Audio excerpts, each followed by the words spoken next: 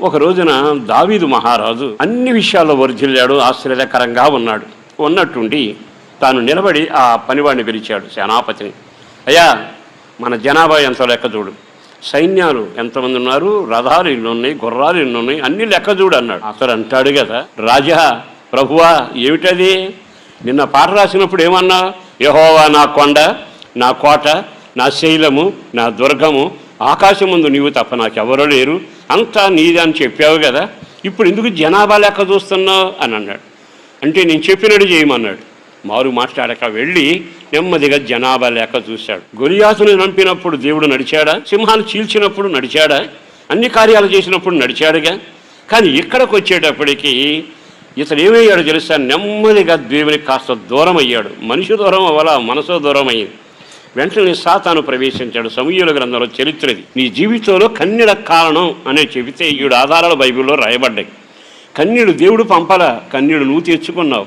దానికి ప్రబలమైన కారణం, దేవుని ఆలోచనతో నడిస్తే బండలో ఊట వస్తుందిగా, దేవుని ఆలోచనతో వెళితే సముద్రం పాయలయ్యిందిగా.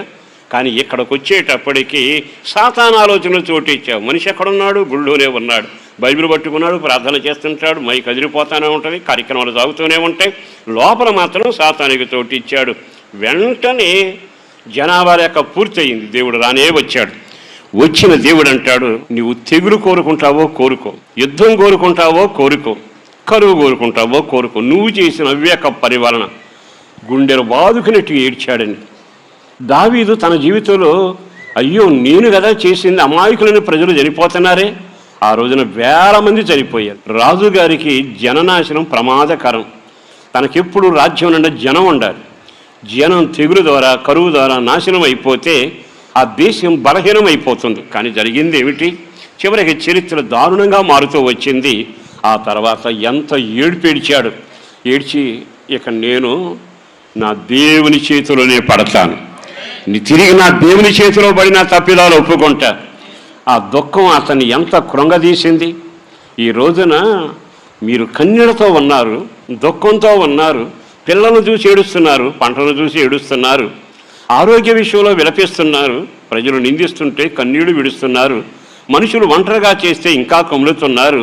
దీనంతా కారణం ఏమిటని వెనక తిరిగి చూస్తే దేవుడు నీతోనూ, నువ్వు దేవునితో ఉన్నప్పుడు బాగానే ఉంది.